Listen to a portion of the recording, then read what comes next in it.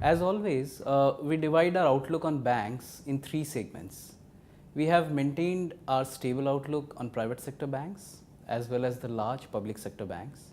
However, we retain our negative outlook on the mid-sized PSBs. Just to elaborate, large private sector banks remain comfortable with adequate capitalization and improving liability franchise, despite some uptake in non-performing assets.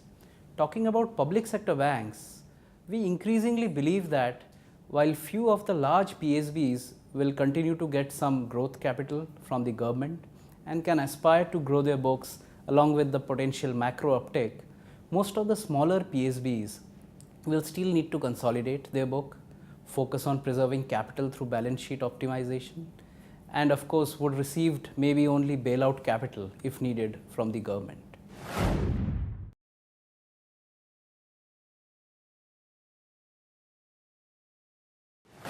On this aspect, let me give a perspective on the anatomy of corporate stress so far. Looking back at the progression of stressed assets from say 2002 onwards, this time the problem is largely balance sheet driven. Unlike the commodity cycle led cash flow meltdown in 2002, which again led to a rapid improvement by 2007, this time the median leverage levels are so high that even 2-3 years of sharp improvement in cash flows won't meaningfully alleviate the problem. Coming to numbers, overall we see about 21% of entire bank credit in form of loans to corporate and SME sectors in deep stress. Of this, about half has been recognized so far as either NPA or restructured assets. Now, looking at the 10% portion which is still not yet provided for, we see a larger mix of infrastructure loans. These are either loans to power projects, roads, EPC contractors, real estate and telecom. Many of these sectors either have viable assets in the longer term or they currently enjoy parental or a group support, and hence these are the assets which could potentially benefit from various handholding schemes by RBI like say an SDR or S4A or the Fy18 scheme. Another silver lining is that some deeply troubled sectors like say iron and steel today have seen some amount of recognition and provisioning as well. The bad news, however, is that now the current NPA stock for banks is huge at about say 10 odd percent, and about 80 odd percent of that is in doubtful categories, which would keep shifting buckets and attracting higher and higher provisioning as they age. These would consequently keep credit costs very high for public sector banks, and it would keep their earnings under pressure for at least next 2 years.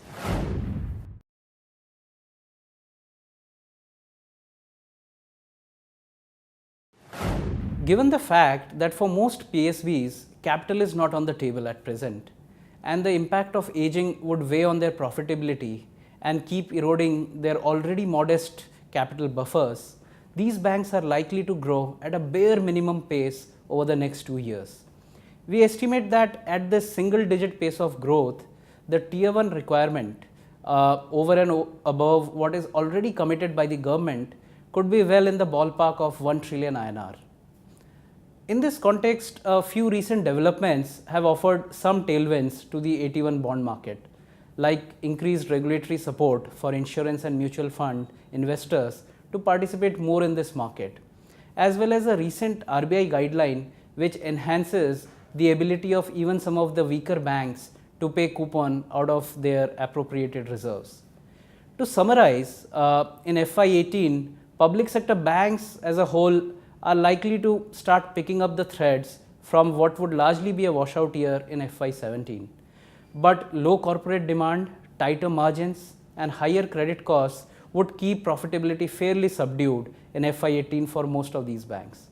On the other hand, for private sector banks, while the growth would be better, asset quality profile in select products like loan against property and unsecured retail loans would remain a key monitorable.